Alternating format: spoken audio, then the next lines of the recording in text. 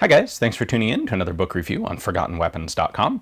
I'm Ian McCollum, and today we're taking a quick look at Stephen Raw's book, The Last Enfield, SA80 The Reluctant Rifle.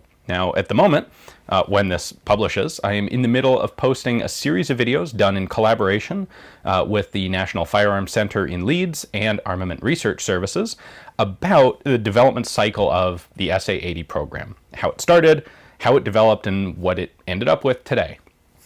Now, in the production of those videos, we relied on a number of different sources, some written, some people who were involved in the process, some of the fine folks at the National Firearms Center in Leeds, a variety of sources. However, the primary definitive written documentation on SA80 is this book by Stephen Raw.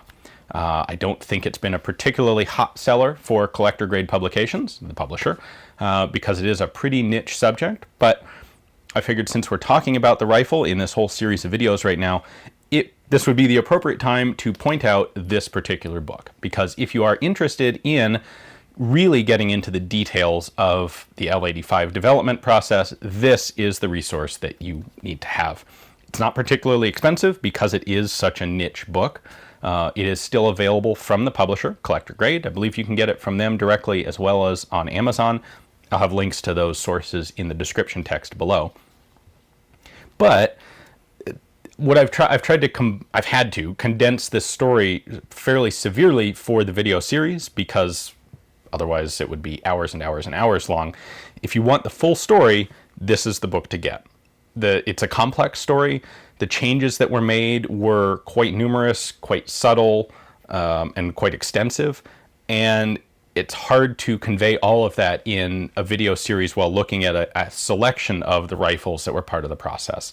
If you really want to understand what happened and how a rifle development process can go so incredibly wrong as SA80 did, you definitely need to get a copy of the book and read through it a couple times.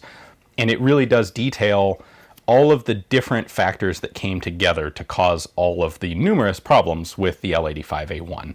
As well as the HK process to improve the gun into the L85A2.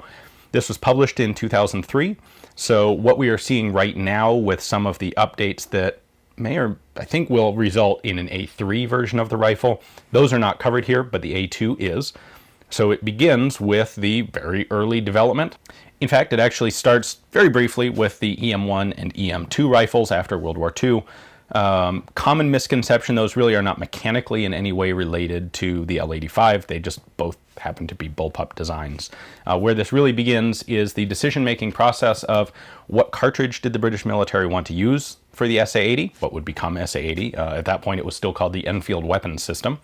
They were looking at a range of cartridges from 4mm up to 7mm. So process to pick that, a process to pick the configuration of the rifle, whether it would be a bullpup or not, and then the whole development cycle. So this is one of those strange, unusual rifles where the early developmental guns were actually substantially better in most ways than the final product. So if you want the quick version, if you want the highlights, keep watching the channel, and we will continue with the series of videos documenting the development. If you want something a little bit more in-depth, make sure to take a look at Armament Research Services blog. They are posting a series of companion blog articles with the videos, and those blog articles go into more depth about exactly what was being done. And then if you want the full story, Stephen Raw's book is the definitive resource. So keep on watching. We'll have some more of the SA80 development, and of course next week we'll be taking a look at another firearms-related technical reference book. Thanks for watching.